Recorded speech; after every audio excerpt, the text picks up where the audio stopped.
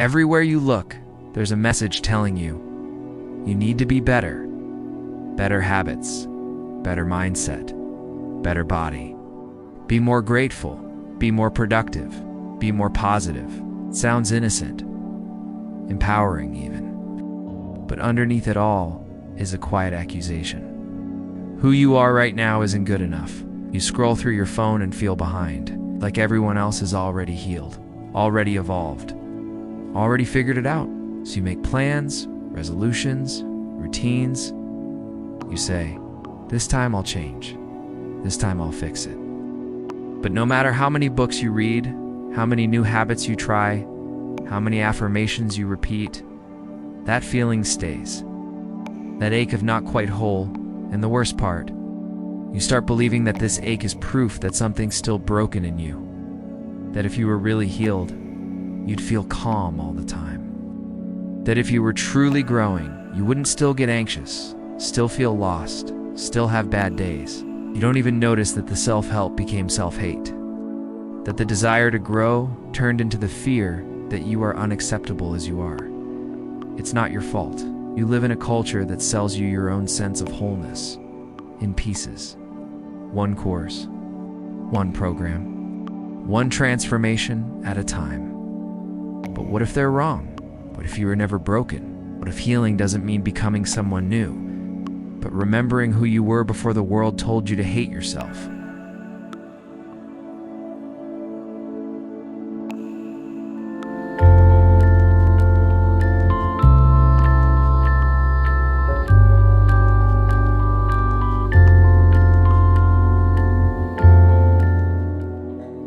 Somewhere along the way, you were made to believe you are a problem. Not intentionally, not cruelly, but subtly, quietly, over years of tiny signals.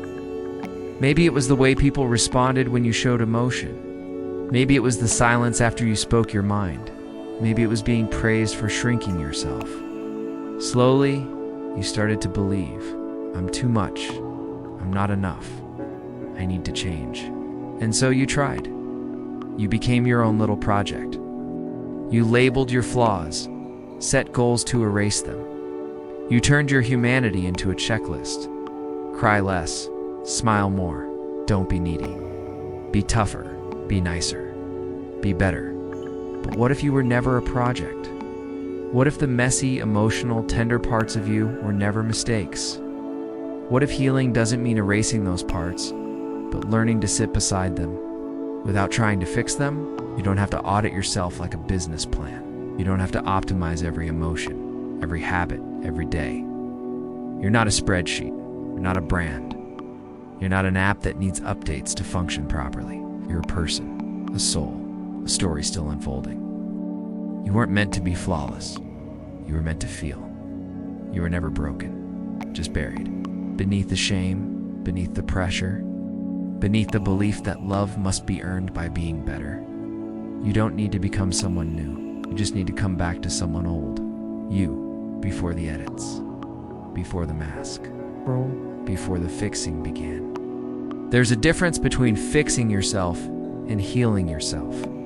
Fixing says, you are wrong. You need to change to be worthy. Healing says, you are hurting. Let's bring care to the wound. Fixing is aggressive, goal-oriented, focused on results, deadlines, improvements. Healing is gentle, patient, focused on presence, permission, and compassion. When you try to fix yourself, you start from the belief that something is defective, that you are a glitch in the system, that you must become normal before you deserve rest, love, peace. But healing begins when you stop trying to earn love and start offering it to yourself as you are. Fixing wants to eliminate the parts that feel inconvenient. Healing wants to understand them, fixing says. Push through, healing says. Pause. Listen. Fixing demands performance. Healing invites presence. The world often celebrates the fixed version of you, polished, productive, recovered self. But what it doesn't see is the healing you do in silence. The battles you fight just to get out of bed, to show up honestly, to sit with discomfort instead of avoiding it. Healing is invisible. It's not a trophy, not a 6-step plan. It's not glamorous. It's not shareable. It's choosing to stay with yourself when everything in you says, run. Fixing is fueled by shame. Healing is rooted in love. And the thing is, true healing often looks like nothing at all on the outside. But inside, a quiet revolution is happening. You begin to feel safe, not because the pain is gone, but because you've stopped abandoning yourself. Every time it shows up, that's the difference. Not in how perfect you become, but in how present you're willing to be with your imperfections. Somewhere deep down, you might believe that you have to deserve kindness, so that you must first become productive enough, disciplined enough, healed enough, before you can treat yourself with softness. So instead of compassion, you give yourself conditions. You say, I'll rest when I finish everything. I'll be kind to myself when I've changed. I'll forgive myself when I've done better. But that day rarely comes, because the bar keeps moving. The better version is always just one step away. And in the meantime, you carry the weight of never being gentle enough with the one person who needs it most, you. Let me say something plainly. You don't have to earn your own compassion. It is not a prize. It is not a finish line. It is a right. You don't need to justify your exhaustion. To deserve rest, you don't need to prove how hard things are to deserve understanding. You don't need to be perfect to be treated with care. Not by others and not by yourself. Your pain is valid, even if someone else has it worse. Your struggle is real, even if it doesn't look dramatic. Your worth is intact, even if your day fell apart. Self-compassion is not self-pity. It's not indulgence. It's the simple, radical act of not abandoning yourself when you need the most love. Think about it.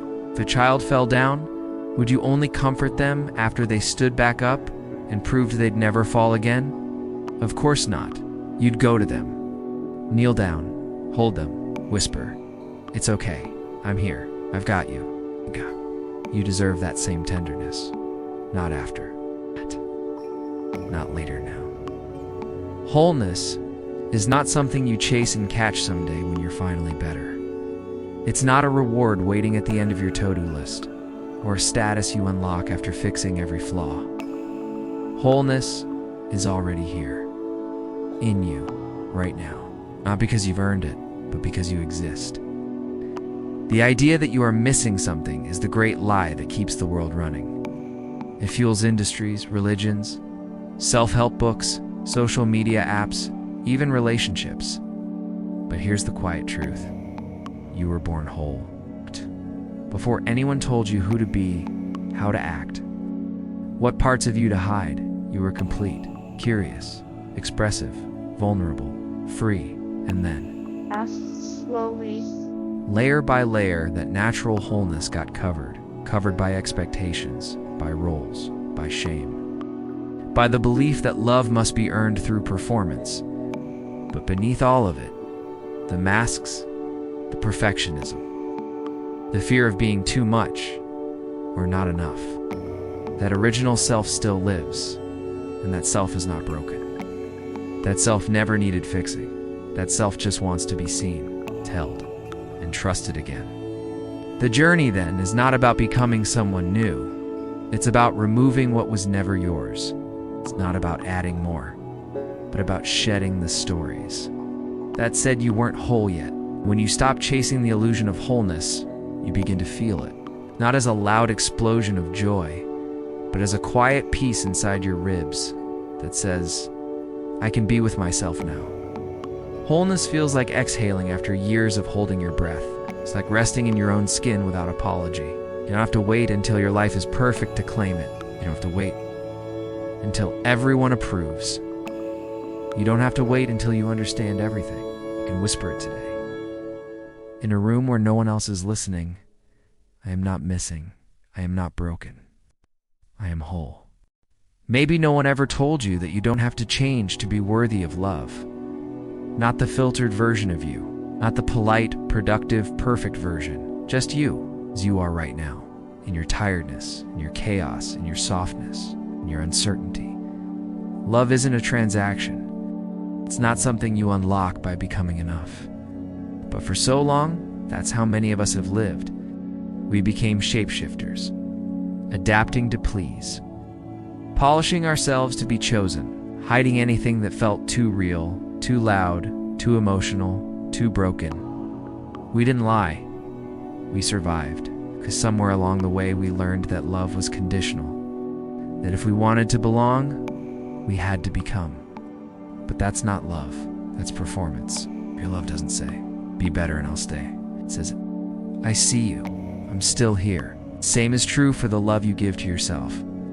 It doesn't have to wait until your next accomplishment, or until your anxiety disappears, or until you look in the mirror and smile. You can love yourself on the days you feel like a mess. You can love yourself in your confusion, in your fear, in your still healing heart. You don't have to fix your life.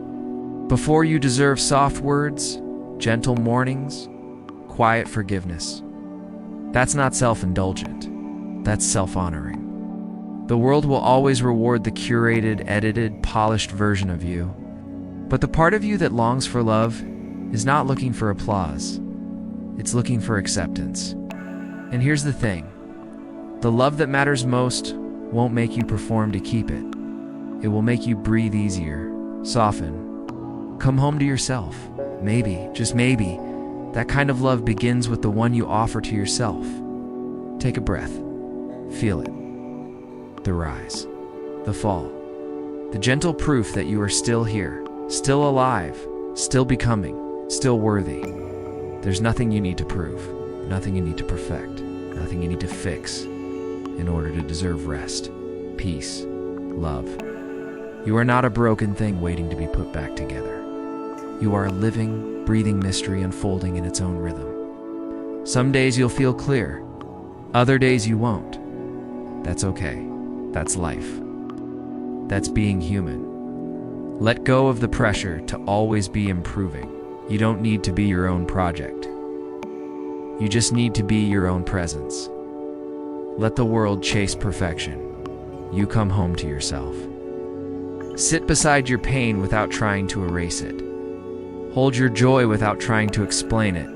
And when you forget, return again. You don't need to be fixed. You just need to be loved. And that love, the quiet, unconditional kind, starts here with you, right now, in this moment, as you are, not someday, not once you've changed. We're already whole, even now, especially now. This is quiet philosophy, where thinking isn't loud, and life doesn't need to be either. Subscribe if you haven't already, not for noise, but for something you can actually feel.